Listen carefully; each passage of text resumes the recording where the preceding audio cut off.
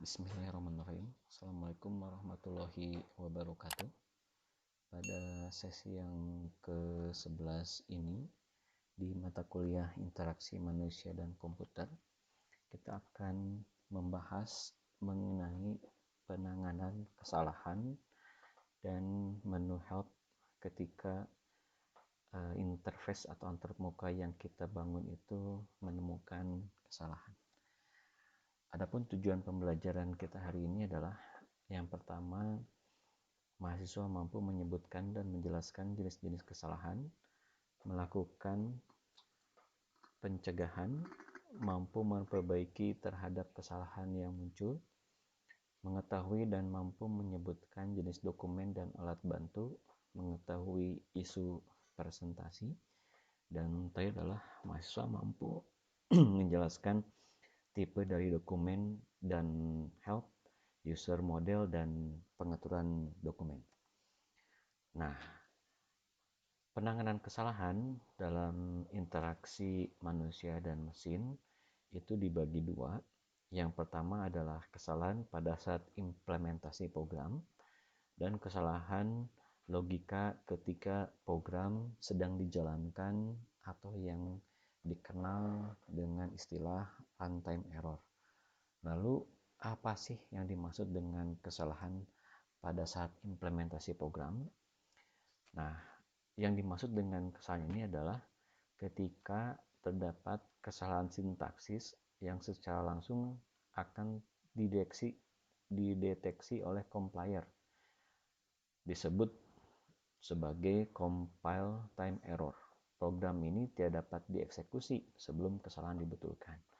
Jadi ketika Anda membuat suatu program atau aplikasi, nah ketika aplikasi tersebut tidak bisa di-run atau di-compile, maka itu bisa dinamakan adalah kesalahan pada saat implementasi program. Kesalahan ini bisa saja karena ada sintak atau kurang titik koma atau tidak adanya pendefinisian variabel dan lain-lain, sehingga kita sama sekali tidak bisa membuka atau menjalankan aplikasi yang kita rancang. Nah, itu disebut dengan kesalahan pada saat implementasi program. Lalu kesalahan yang kedua yaitu kesalahan logika ketika program sedang dijalankan atau dikenal dengan istilah runtime error. Ini adalah contoh kesalahan yang dapat menyebabkan program terhenti secara abnormal. Kesalahan logika tidak bisa dideteksi langsung oleh compiler, sehingga penanganannya kadang-kadang cukup sulit. Nah, kesalahan jenis ini adalah program bisa saja dijalankan. Program berhasil kita run, program berhasil kita compile. Namun ketika program itu berlangsung, tiba-tiba aplikasi yang kita buat crash atau hang atau dia tidak bisa jalan sama sekali, ya, artinya aplikasi itu berhenti secara tidak normal yang kita sebut dengan abnormal. Nah, kesalahan ini tidak bisa terdeteksi langsung oleh compiler, tetapi bisa terdeteksi ketika aplikasi itu kita jalankan. Nah, kadang-kadang untuk tipe kesalahan ini agak susah penanganannya. Nah, apa saja sih penyebab kesalahan logika? Nah, kesalahan logika itu muncul bisa saja dari datang pengguna. Misalnya pengguna mengisikan data yang tidak salah. Harusnya misalnya kita membuat menu input NIM, nomor induk mahasiswa, tetapi yang dimasukkan oleh pengguna itu adalah huruf karakter. Sedangkan kita definisikan itu adalah variabelnya adalah integer. Sehingga ketika kita memasukkan nilai yang bukan integer atau karakter, ya sistem tidak bisa mendeteksi data tersebut. Nah, ini yang kita sebut dengan bisa saja kesalahan dari pengguna atau kesalahan akibat pengguna salah memasukkan tipe data atau salah memasukkan tipe file atau perintah. Nah, berasal dari yang kedua, penyebab kesalahan logika itu bisa saja berasal dari proses eksekusi. Misalnya ketika program perlu membaca data dari suatu file, ternyata filenya tidak ada. Atau ketika terjadi pembagian dengan nol, atau terjadi kekurangan memori ketika program akan mengalokasikan perubahan dinamis. Sehingga sistem tidak bisa berjalan, atau terjadi crash, atau terjadi abnormal condition. Nah, contohnya misalnya kita akan membaca suatu file CSV dengan menggunakan aplikasi yang kita buat. Namun, aplikasi CSV itu tidak tersedia dalam file, sehingga aplikasi tidak bisa menemukan datanya, tidak bisa menampilkan file dari CSV Excel tersebut. Ya, sehingga terjadilah error. Programnya bisa kita jalankan, tetapi tidak bisa menampilkan aplikasi atau data yang kita minta. Atau misalnya ketika ada suatu perhitungan di mana melibatkan proses pembagian, nah ada satu variabel atau satu penyebut atau pembaginya dari suatu bilangan itu bernilai 0, maka pasti hasil dari operasi tersebut tidak bisa didefinisikan, karena semua bilangan ketika dibagikan dengan 0 tidak bisa didefinisikan, maka akan timbul kesalahan. Ya, jadi aplikasinya tidak bisa membaca. Nah, itu adalah penyebab kesalahan logika. Nah, bagaimana cara penanganan kesalahan? Nah, penanganan kesalahan dilakukan dengan memberi pesan umpan balik kepada pengguna jika keadaan eksekusi program saat itu keadaannya seperti apa. Di dalam program ada modul perangkap atau error trapping. Ya, contohnya misalnya di sini ada salah satu contoh aplikasi. Kita definisikan variabel A, B, dan C itu integer. Terus kita mulai dengan membaca variabel A, kemudian kita membaca variabel B. Nah, karena coding ini atau algoritma ini adalah tentang pembagian, maka kita menuliskan suatu program yang kita sebut dengan informasi atau error trapping. Jadi ketika terdapat kesalahan, kita bisa menimbulkan atau memberikan pesan. Contohnya, ya, penanganan kesalahan yang di sini adalah if jika B itu sama dengan 0, maka tulis pembagian dengan 0 dilarang. Sehingga ketika aplikasi ini dijalankan dan ada angka yang dibagikan dengan 0, ada muncul menghasilkan warning atau informasi kepada pengguna, ternyata ada variabel yang penyebut atau pembaginya itu adalah sebagai angka 0 atau pembilangnya sebagai angka 0, ya, sehingga tidak bisa dibagi, ya, dengan angka 0, sehingga menyebabkan munculnya pesan pembagian dengan 0 dilarang. Kemudian bagaimana cara merancang kesalahan selanjutnya? Jadi kita bisa rancang dalam bentuk error trapping, ya, dengan menampilkan pesan kesalahan. Nah, dalam merancang suatu pesan kesalahan, pesan tersebut harus bisa memberikan informasi dengan singkat dan jelas mengenai pertama di mana terjadinya kesalahan. Nah, sehingga pengguna tahu apakah dia salah input, apakah dia salah upload, atau apakah dia salah perintah, sehingga tahu kesalahannya di mana. Terus informasi errornya harus bisa menyampaikan apa yang salah.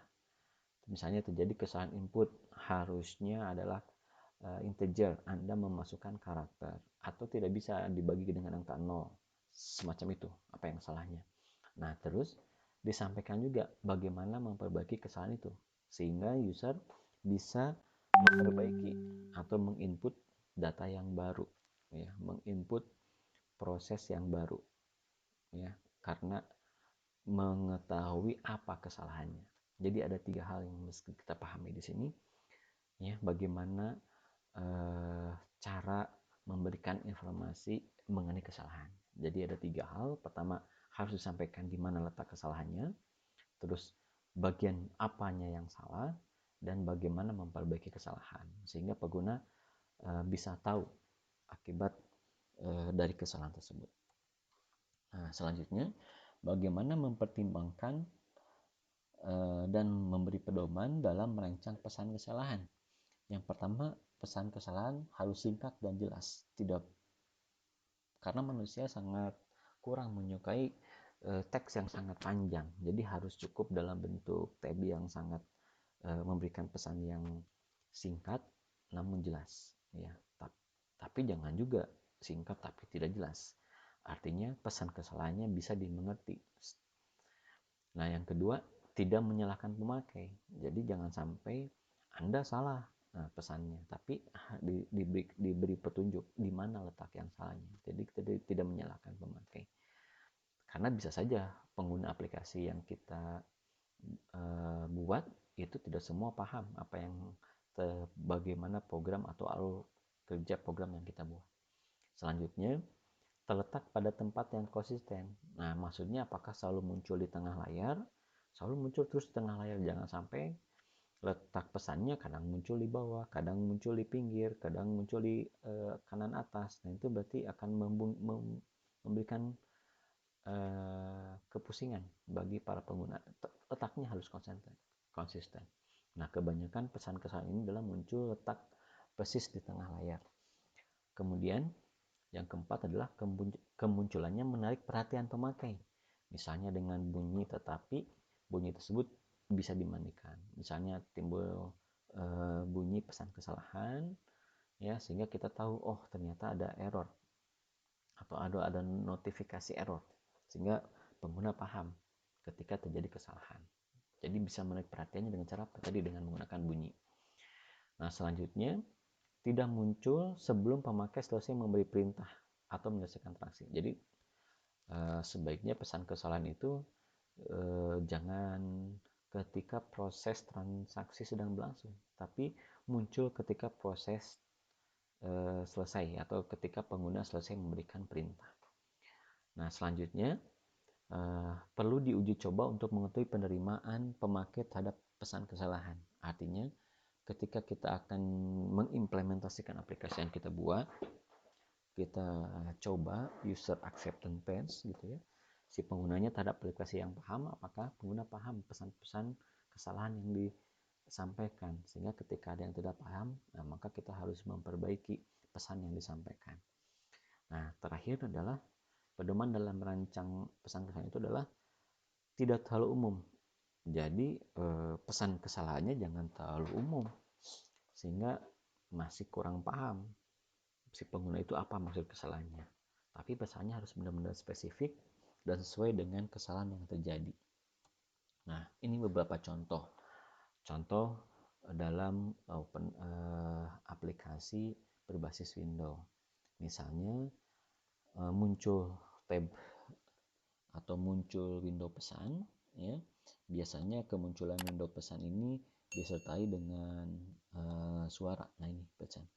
Ketika muncul peringatan seperti ini, ada kotak, ada warna merah untuk menarik perhatian, dan ketika munculnya ada pesan, ada bunyi, ada notifikasi suara. Ini salah satu contoh. Salah satu contohnya tadi kan kita menyampaikan bahwa isi pesan kesan itu harus singkat tapi jelas. Seperti ini. User ID atau password salah, silahkan coba lagi. Ini adalah pesan yang singkat. Atau pengguna lupa memasukkan user ID, maka muncul kesalahannya masukkan user ID atau masukkan password, kayak gitu. Jadi ada beberapa perintah atau pesan kesalahan yang singkat namun jelas, ya, dan kemunculannya disertai dengan notifikasi bunyi. Ini contoh yang lainnya adalah salah satu contoh, kalau kesalahan kita gambarkan dengan warna merah, kalau berhasil kita sampaikan dengan warna biru. Jadi harus ada pembeda mana peringatan, mana informasi, kayak gitu ya. Salah satu contoh misalnya ketika data input berhasil, harus memberitahu kepada pengguna bahwa aplikasinya atau data yang diinput pengguna itu adalah berhasil disimpan. Itu warna biru. Tetapi kalau peringatan biasanya kita cantumkan atau kita beri dengan warna merah, sehingga bisa membedakan mana yang data yang berhasil, mana data yang salah. Seperti itu. Ini salah satu contoh pesan nomor anggota misalnya telah terdaftar. Jadi terjadi input 2 kali di sini. atau lengkapi data terlebih dahulu. Jadi ada beberapa data yang harus diisi, yang wajib diisi, namun terlewat oleh pengguna untuk mengisi salah satu data tersebut, sehingga muncul pesan peringatan atau pesan kesalahan, lengkapi data terlebih dahulu seperti ini. Contoh lainnya adalah ketika ada alur program yang tidak sesuai. Misalnya dalam sistem informasi perpustakaan ada rule atau ada aturan dalam prosesnya, alur kinerjanya, bahwa seseorang tidak bisa lagi meminjam buku sebelum buku yang telah dipinjamnya dikembalikan. Sehingga si pustakawan tidak bisa memberikan buku tersebut. Jadi ada pesan, tidak boleh ada lagi boleh meminjam sebelum dikembalikan buku yang lama. Nah, ini peringatan seperti itu. Jadi tidak terjadi duplikasi data. Ya, tidak ada, pesannya adalah cukup singkat, tidak dapat pinjam buku lagi, jumlah buku yang dipinjam sudah maksimal. Artinya memberikan informasi atau memberikan peringatan kepada pengguna, atau di sini hal ini adalah pustakawan, bahwa orang yang meminjam buku tersebut tidak bisa dipinjam karena buku yang dipinjamnya sudah melebihi batas maksimal yang boleh dipinjamkan. Nah, biasanya ada simbol-simbol yang tadi muncul. Peringatan itu biasanya berupa lingkaran merah disertai dengan tanda silang, atau bisa juga segitiga kuning. Nah, ini peringatan untuk memberi perhatian.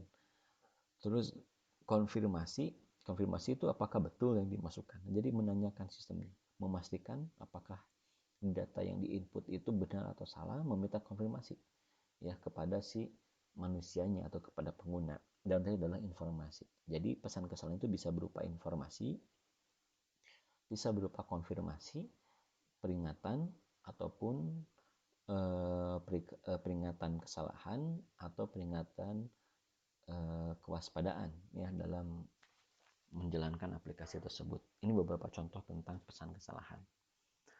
Nah, selanjutnya ketika muncul pesan kesalahan, sebaiknya kita memberikan fasilitas help atau bantuan ya, atau manual mengenai kesalahan-kesalahan yang terjadi. Jadi jangan sampai membuat user bingung ketika muncul pesan kesalahan. Nah, apa yang harus dilakukan? Nah, kita sebaiknya memberikan fasilitas help atau fasilitas manual di dalam aplikasi yang kita rancang. Ya, biasanya di tab, menggunakan tab di bagian atas, di antara menu-menunya kita sisipkan menu help atau menu bantuan. Sehingga ketika terjadi kesalahan dalam aplikasi yang dirancang, si pengguna tahu apa yang harus dilakukan. Nah, bahan-bahan untuk membantu pemakai dalam menggunakan sistem ini diantaranya satu, ada manual atau pedoman pemakai. Isinya adalah dokumen yang menjelaskan tentang sistem. Misalnya daftar dan deskripsi perintah, referensi mengenai sintaks, ya, pengenalan atau pengajaran bagi pemakai yang awam. Jadi ada modulnya, ada petunjuknya, ada pedomannya, kayak gitu. Terus pedoman konfirmasi yang mengajarkan ciri-ciri dari sistem kepada pemakai yang telah mengetahui sistem sejenis lainnya. Jadi ada mengajarkan ciri-ciri atau sistem kepada pemakainya. Nah, selanjutnya yang kedua adalah bahan yang dibuat pada komputer. Artinya pedoman langsung bagi pemakai dan bantuan langsung pada pemakai. Dan yang ketiga adalah pengajaran langsung kepada pemakai. Jadi bahan yang langsung dibuatkan, terintegrasikan manual tersebut di dalam aplikasi yang kita kembangkan. Nah, perancangan manual dengan menggunakan media kertas sebaiknya dibuat sebelum implementasi atau bersama dengan perancangan sistem antarmuka. Ya, jadi tadi ada dua ya fasilitas. Ada yang manual, artinya dalam bentuk kertas, dalam bentuk buku, dalam bentuk pedoman, atau yang kedua itu adalah dalam bentuk aplikasi atau integrated atau ada dalam aplikasinya tersebut. Nah, kalau yang kita buat secara manual dengan media kertas atau dengan bentuknya berupa buku atau biasanya dalam cover dari aplikasi yang kita bangun, itu sebaiknya dibuat sebelum implementasi atau bersama dengan perancangan sistem antarmuka, dengan maksud biar pengguna atau pemakai bisa mengetahui pekerjaannya. Terus yang kedua adalah biar pemakai mengetahui pekerjaan dan penyuntingannya atau proses editingannya. Dan itu adalah pemakai mengetahui pekerjaan, penyuntingan, dan sintaks. Jadi pemakai diingatkan dengan sintaksnya. Karena biasanya program itu atau bahasa pemrograman ini sangat sensitif terhadap sintaks yang digunakan. Nah, perancangan kertas manual sebaiknya memperhatikan hal-hal berikut. Pertama, membuat informasi mudah ditemukan. Artinya kita buat indeks. Ketika pesan kesalahan ini terdapat di halaman yang mana, terus bagaimana solusinya dan apa yang harus dilakukan, itu harus jelas. Ya. Ada indeksnya atau ada daftar halamannya sehingga mempercepat pengguna untuk mencari panduan untuk kasus-kasus tertentu. Terus bahasa yang digunakan adalah bahasa yang jelas dan mudah dimengerti. Gunakan bahasa Indonesia baik yang benar atau menggunakan kosakata yang tepat ya, sehingga informasinya jelas dan segera mudah dimengerti atau maknanya tidak ambigu, tidak membuat pusing atau tidak terlalu umum, harus jelas dan spesifik sehingga langsung dimengerti oleh pengguna. Dan yang ketiga adalah informasi harus lengkap tapi hanya informasi yang dibutuhkan. Dan informasi tersebut adalah informasi yang terbaru dan benar. Ya, informasi harus lengkap. Dan yang terakhir adalah harus konsisten. Konsisten dalam bentuk pemberian penjelasan, format penulisan, terus tata cara peletakan penulisan, ya itu harus konsisten sehingga tidak membingungkan si pengguna. Nah, kalau perancangan fasilitas bantuan langsung atau yang terintegrasi dengan sistem atau merupakan sistem tersendiri dengan memperhatikan, pertama adalah kontrol pengguna oleh pemakai, cara memanggil atau keluar dari fase tersebut. Biasanya kalau di aplikasi Office itu kan selalu muncul di tab yang paling atas itu help, atau untuk memunculkannya adalah kita gunakan